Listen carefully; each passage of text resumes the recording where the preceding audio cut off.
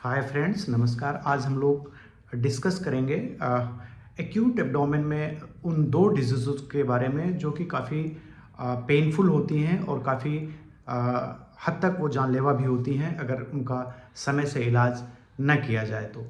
जिसमें से एक है इंटेस्टिनल परफोरेशन, यानी कि आंतों का फटना, आंतों का पंचर हो जाना, और दूसरी बीमारी है इंटेस्टिनल ऑब्स्ट्रक्शन, यानी कि आंतों में बंद लग जाना।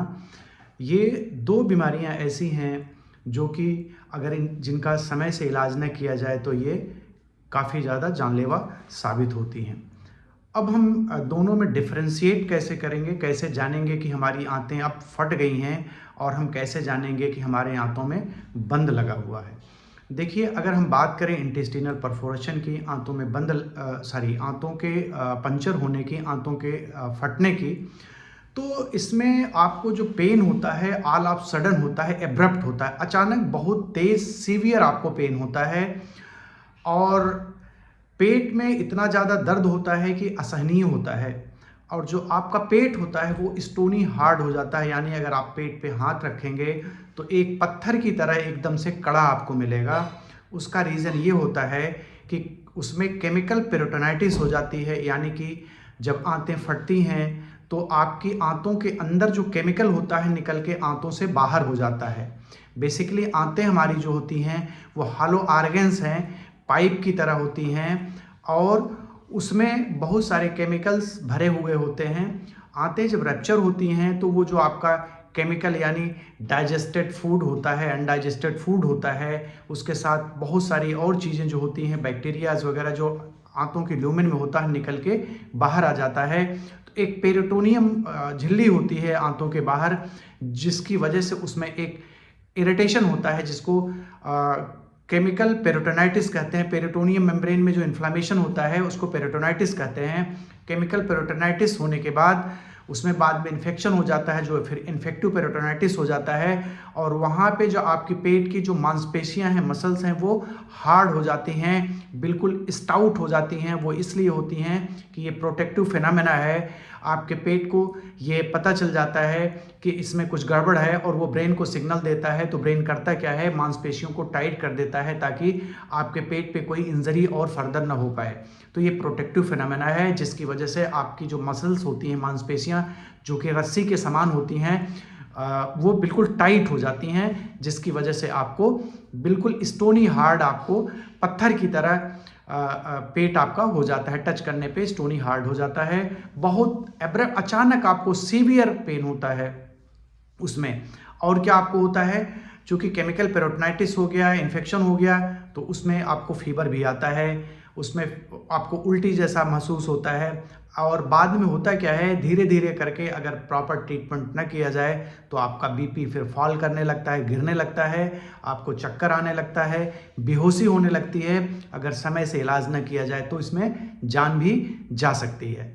तो अगर हम ट्रीटमेंट की बात करें तो ट्रीटमेंट, पहले हम डायग्नोसिस की बात करते हैं। ये लक्षण अगर आपको मिल गए तो इन लक्षणों के बाद फिर क्या होता है, आप डॉक्टर के पास जाते हैं, एक एक्सरे कराया जाता है, जो कि इरेक्ट एब्डोमेन, इरेक्ट मतलब खड़ा करके, लेट के नहीं, खड़ा करके एक पेशेंट को एकदम खड़ा किया जाता है, और एक एक्सरे किया जाता है खड़ा करके।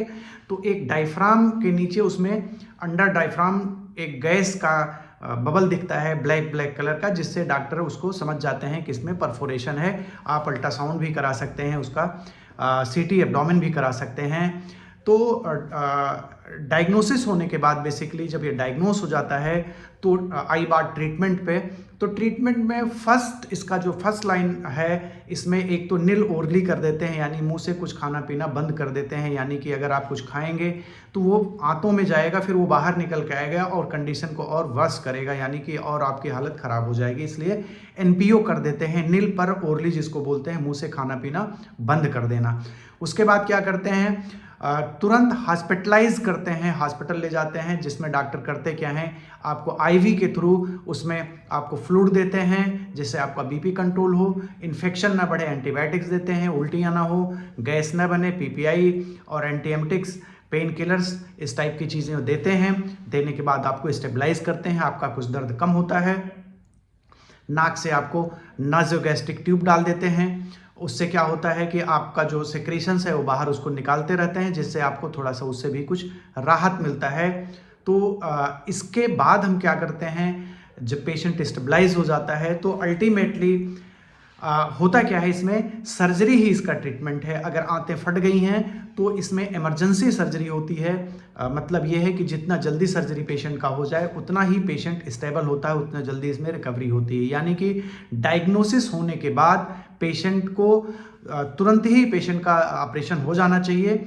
और अगर डॉक्टर आपका कहता है, आपको ये लगता है कि नहीं हमारे पेशेंट को ये दिक्कत नहीं है, डॉक्टर साहब सही नहीं बता रहे हैं, तो एक दो सर्जन की ओपिनियन और ले लीजिए। चूंकि ये सर्जन का केस है, एक दो सर्जन की ओपिनियन और ले लीजिए। अगर सभी लोग एक ही बात बताते हैं तो बिना आप सोचे तुरंत ही उसका ऑपरेशन करा दें, पेशेंट की जान बच जाएगी।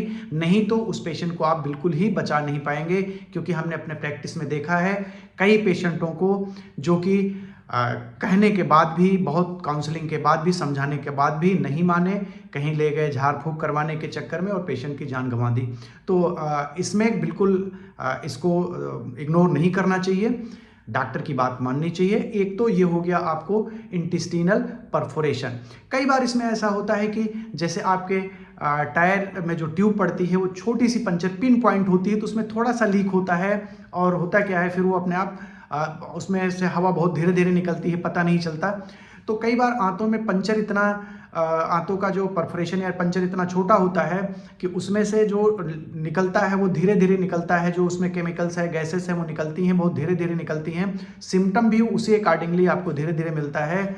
और आंतों के अंदर, मतलब आंतों के अंदर क्या, एब्डोमेन में हम कह लें, आंतों के बाहर एक फैट की लेयर होती है, झिल्ली होती है, जिसको कि हम ओमेंटम कहते हैं। ओमेंटम को हम जो ओमेंटा होता है उसको हम पुलिस मैन ऑफ एब्डोमेन कहते हैं। यानी पेट का जो वो पुलिस मैन होता है, कहीं इमरजेंसी होती तो दौड़ के वहाँ जाता है, और जैसे आपको परफोरेशन हुआ तो वहाँ उसके चारों तरफ वो उसको पैच कर देता है, और कई बार उससे सील भी हो जाता है। लेकिन ये एक थ्योरेटिकल चीज़ है, ये आपके लिए नहीं है, ये डॉक्टर के लिए है। ये सब चीज़ें हम आपके लिए, इसको नॉलेज के लिए बता दे रहे हैं। बट इसका अल्टीमेट जो ट्रीटमेंट है वो सर्जरी है, और डॉक्टर अगर कहता है तो इसमें आप डिले ना करें। तो एक तो आपका परफोरेशन हो गया इंटेस्टिनल, यानी कि आंतों का फटना। ऑब्स्ट्रक्शन की बात करें, अगर आंतों में बंद लग गया है, अगर आंतें आपकी स्ट्रेंगुलेटेड नहीं है, स्ट्रेंगुलेटेड मतलब ऐंठ नहीं गई हैं। ऐंठने से क्या होता है, उसमें होता यह है जो आपका ब्लड की सप्लाई आंतों की है वो हैम्पर्ड होती है, वो कट हो जाती है, जिसकी वजह से उसमें क्या होता है, गैंग्रीन बन जाता है, नेक्रोसिस हो जाती है, आंतें सड़ने लगती हैं। वो तो एक इमरजेंसी ऑपरेशन है, इमरजेंसी उसका सर्जरी होता है, उस ट्रीटमेंट। अगर और कोई कारण है, हल्का फुल्का कारण है, तो ये कंजर्वेटिव ठीक भी हो सकता है। क्या, ऑब्स्ट्रक्शन, आंतों का बंद जो लग जाता है वो कई बार कंजर्वेटिव, यानी मुंह से बंद करके आईवी ड्रिप से, एंटीबायोटिक से, नाजोगैस्ट्रिक ट्यूब से पेशेंट को कंजर्वेटिव 2-3 दिन में वो आंतों का जो बंद है वो खुल भी जाता है। लेकिन ये डिपेंड करता है कि किस टाइप का आंतों का बंद है। कई बार वाल्वुलस बन जाता है, स्ट्रेंगुलेशन हो जाता है, जैसे हमने बताया। कई बार आंतें आपस में इंटरसेप्शन हो जाता है, आपस में घुस जाती हैं। कई बार ऊपर से कोई ट्यूमर की वजह से हो जाता है, कई बार उसमें वो डाइवर्टिकुला बन जाता है। तो डिपेंड ये करता है कि किस टाइप का आपका ऑब्स्ट्रक्शन है। ऑब्स्ट्रक्शन के जो लक्षण होते हैं, चूंकि ऑब्स्ट्रक्शन में क्या होती है, आते फॉरवर्ड डायरेक्शन में मूवमेंट जो होता है वो करता रहता है ऑब्स्ट्रक्शन को खोलने के लिए। तो उसमें होता क्या है, बाउट उठता है, आपको कोलिकी पेन होता है, मतलब रुक रुक के असह्य पीड़ा होती है। उसको निकालने के चक्कर में आंतों में मोटिलिटी बढ़ती है, और अल्टीमेटली जब नहीं निकलता तो होता क्या है, आंतें फिर रुकती हैं, फिर उसको निकालने के लिए तो स्पाज्म होता है, यानी कि आपको रुक रुक के बहुत सीवियर पेन होता है। और क्या उसमें होगा, चूंकि गैसें भरी होती है इसलिए पेट क्या हो जाता है, एकदम आपका फूल जाता है। परफोरेशन में क्या होता है, उल्टा गैसें बाहर निकल आती है, इसलिए आपका फूलता नहीं है, टाइट हो जाता है। तो उसमें एब्डोमेन एकदम डब्बे की तरह आपका पेट फूल जाएगा ऑब्स्ट्रक्शन में। और क्या होगा उसमें, आपको एब्सोल्यूट कॉन्स्टिपेशन, यानी कि आपको तो न स्टूल पास होगा न फ्लैटस, यानी कि आपको हवा भी नीचे से नहीं पास होगी और आपका फ्लैटस भी नहीं पास होगा।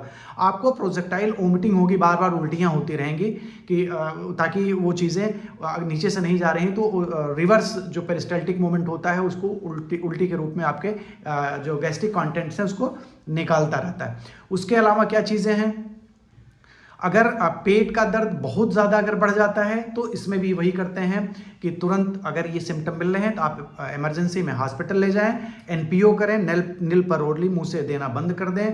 दवाई भी मुंह से नहीं दी जाती उसमें। रीज़न उसमें भी वही है, अगर आप कुछ खिलाएंगे तो फिर मोर्टेलिटी फॉरवर्ड बढ़ेगी और आपको पेन बढ़ेगा, वर्सन होगा। तो नासोगैस्ट्रिक ट्यूब देते हैं, आईवी देते हैं, इंजेक्टेबल पे रखते हैं, एंटीबायोटिक, एनाल्जेसिक पे। पेशेंट कई बार कंजर्वेटिव ठीक हो जाता है। इसमें भी इरेक्ट एब्डोमेन जो है कराया जाता है। इसमें मल्टीपल फ्लूइड और गैसेस मिलती हैं, मतलब उसमें कुछ गैस कुछ लिक्विड इस टाइप से चीज़ें देखने को मिलती हैं, जिससे डॉक्टर इसको डायग्नोज कर लेते हैं। अल्ट्रासाउंड भी कराते हैं, सीटी भी करा सकते हैं, तो डॉक्टर के ऊपर डिपेंड करता है। ब्लड के इन्वेस्टिगेशंस भी इसमें कराते हैं। तो ये डिपेंड करता है किस टाइप का आपका ऑब्स्ट्रक्शन है। अगर ऑब्स्ट्रक्शन आपका इमरजेंसी वाला है, स्ट्रेंगुलेशन है, डॉक्टर को लग रहा है तो तुरंत सर्जरी करेंगे, नहीं तो कंजर्वेटिव ये ठीक हो जाता है। तो ये दोनों में डिफरेंस है। आप एक्यूट एब्डोमेन में बिल्कुल डिले ना करें, डॉक्टर को तुरंत दिखाएं। अगर आप इसमें डिले करेंगे तो ये जानलेवा हो सकता है। आज के लिए बस इतना ही। मुझे ये पूरा उम्मीद है कि आपको ऑब्स्ट्रक्शन और परफोरेशन यानी कि आंतों के बंद में और फटने में डिफरेंस पता हो गया होगा, और आप इस वीडियो को देखने के बाद बिल्कुल भी डिले नहीं करेंगे इलाज में और लोगों को बताएंगे इसके बारे में। तो अगर ये वीडियो आपको अच्छा लग रहा है तो इसको लाइक करें, अगर चैनल पर नए हैं तो सब्सक्राइब करें। अगर आपको ऐसा लग रहा है वीडियो इन्फॉर्मेटिव है तो अपने फ्रेंड्स को इसको फॉरवर्ड करें ताकि इससे लोगों को बेनिफिट हो सके। आपका दिन शुभ और मंगलमय हो। Thank you so much. अगले टॉपिक पे हम लोग डिस्कस करेंगे कि पैंक्रेटाइटिस क्या होता है, पैंक्रेटाइटिस किस टाइप की बीमारी है, क्या पैंक्रेटाइटिस जानलेवा होती है, हम उसको कैसे ठीक करें। आज के लिए बस इतना ही। Thank you so much.